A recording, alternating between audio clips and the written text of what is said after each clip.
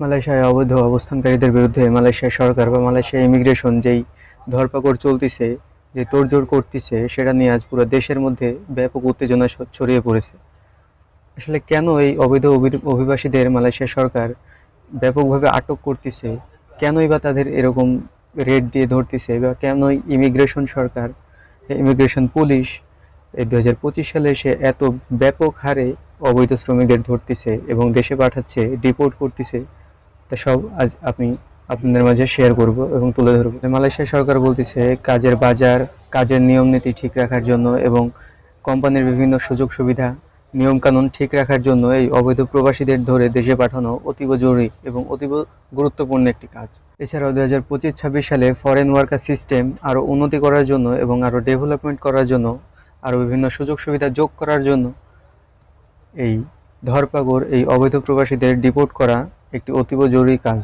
আসলে মালয়েশিয়াতে অবৈধ প্রবাসী পুরো মালয়েশিয়া জুড়েই রয়েছে, কিন্তু কিছু কিছু গুরুত্বপূর্ণ সেক্টর বা কিছু কিছু খাত আছে যেগুলোতে অবৈধ প্রবাসীরা বেশি কাজ করে থাকে।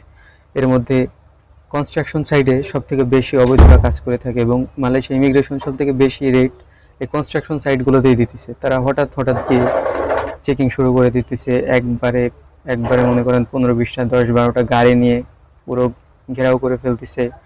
বিভিন্ন রেস্টুরেন্টে তারা অভিযান চালাইতেছে, যেখানে বেশি বাঙালি, নেপালি, ইন্ডিয়ান বেশি লোকজনের বসবাস, ওই জায়গাগুলোতে তারা বেশি রেট দেয় এবং হঠাৎ হঠাৎ ইমিগ্রেশনের রেট পড়ে। এই জায়গাতেই মনে করেন এক জায়গাতে যদি তারা 100-150 লোক ধরে বা 400-500 লোক ধরে, ওর ভিতরে 100-150 লোক, 200-300 লোক এমনিতেই অবৈধ বের হয়ে যায়। এই কারণে তারা দেখতেছে যে মালয়েশিয়াতে যেগুলো আছে, যেই ওয়ার্কারগুলো আছে, এর ভিতরে ধরতে গেলে অর্ধেকেরই আধা আধি অবৈধ শ্রমিক। সো তারা এই অভিযানটা আরও পরিকল্পনা করতেছে, আরও বাড়ানোর জন্য এবং আরও ব্যাপক আকারে চালানোর জন্য। যদি কোনো অবৈধ প্রবাসী মালয়েশিয়া ইমিগ্রেশনের কাছে ধরা পড়ে, সর্বনিম্ন 6 মাসের জেল এবং জরিমানা 10,000 রিঙ্গিত, 10,000 রিঙ্গিত, যা বাংলাদেশি টাকায় প্রায় 2.5 থেকে 3 লাখ টাকার সমান, এবং 6 মাসের জেল। এই জায়গাতে 6 মাস তাদের জেল খেটে 10,000 রিঙ্গিত জরিমানা দিয়ে প্রায় 2.5 থেকে 3 লাখ টাকা জরিমানা দিয়ে তারপরে দেশে যাওয়া। এবং তারা সুযোগ দিছে যে তোমরা মালয়েশিয়া ইমিগ্রেশনের কাছে ধরা দাও এবং 500 টাকা বা 500 রিঙ্গিত জরিমানা দিয়ে তোমরা টিকিট কেটে নিজের দেশে চলে যাও। এর মাঝেও তারা ইমিগ্রেশনের রেট দিতেছে, ধরতেছে।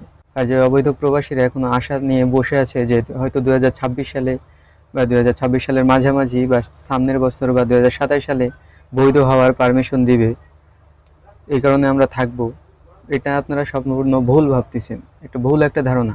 মালয়েশিয়ার সরকার এখন পর্যন্ত এই বিষয়ে কোনো কিছু জানায়নি এবং তারা তাদের এই ধরপাকড়ের এই অভিযানের উপরেই, এই ইমিগ্রেশন রেটের উপরেই তারা বিরাজমান করতেছে এবং তাদের এই কথার ভিত্তিতেই তারা অভিযান চালায় যেতেছে। তাদের একটা ক্লিয়ার কাট কথা হইতেছে যে মালয়েশিয়াতে কোনো অবৈধ শ্রমিক তারা রাখবে না। আর আমার বৈধ ভাইদের প্রতি আবেদন থাকবে, আপনারা সবসময় ভিসা, পাসপোর্ট এবং কাজের সব ডকুমেন্টস সবসময় নিজের কাছে একটা ব্যাগে রাখবেন। আপনারা যেখানেই যাবেন নিজের কাছে কাগজপাতি, অতীব জরুরি গুরুত্বপূর্ণ কাগজপাতিগুলা, ভিসা এবং পাসপোর্ট অবশ্যই আপনার কাছে রাখবেন। যদি কোনো জায়গাতে কোনো ইমিগ্রেশনে রেট দেয় এবং যদি আপনি না দেখাইতে পারেন, তারা সোজা ধরে নিয়ে যাবে। তারা আপনার কোনো কথা শুনবে না, কারোর সাথে কোনো কথা বলবে না, সোজা আপনাকে ক্যাম্পে ধরে নিয়ে যাবে। তো আপনারা সাবধানে থাকুন এবং যারা অবৈধ আছেন এমন জায়গাতে যান যেখানে আপনারা সুরক্ষিত থাকেন এবং নিরাপদে কাজ করতে পারেন। সো বন্ধুরা, এই ছিল মালয়েশিয়া ইমিগ্রেশনের এবং মালয়েশিয়া সরকারের বাস্তব চিত্র, 2025 সালে বাস্তব চিত্র। সো আপনারা সতর্ক থাকবেন, পাসপোর্ট, ভিসা সবসময় সাথেই রাখবেন, ওয়ার্ক পারমিট সবসময় সাথেই রাখবেন, দূরে কোথাও যাবেন না এবং আপনার এলাকার, আপনার এরিয়ার আশেপাশেই থাকবেন। আপনারা মালয়েশিয়াতে কোন কোন বিষয়ে জানতে আগ্রহী বা কোন কোন কাজের বিষয়ে জানতে আগ্রহী, কি কি বিষয় জানতে আগ্রহী, অবশ্যই কমেন্ট বক্সে আমাকে জানাবেন। আমি সবটা ক্লিয়ার করে বলার চেষ্টা করব। আজ আমি বিদায় নিচ্ছি। ভালো থাকবেন, সুস্থ থাকবেন এবং আমার চ্যানেলটি যেহেতু নতুন, আপনারা সবাই সাবস্ক্রাইব করে আমার সাথেই থাকবেন। আল্লাহ হাফেজ।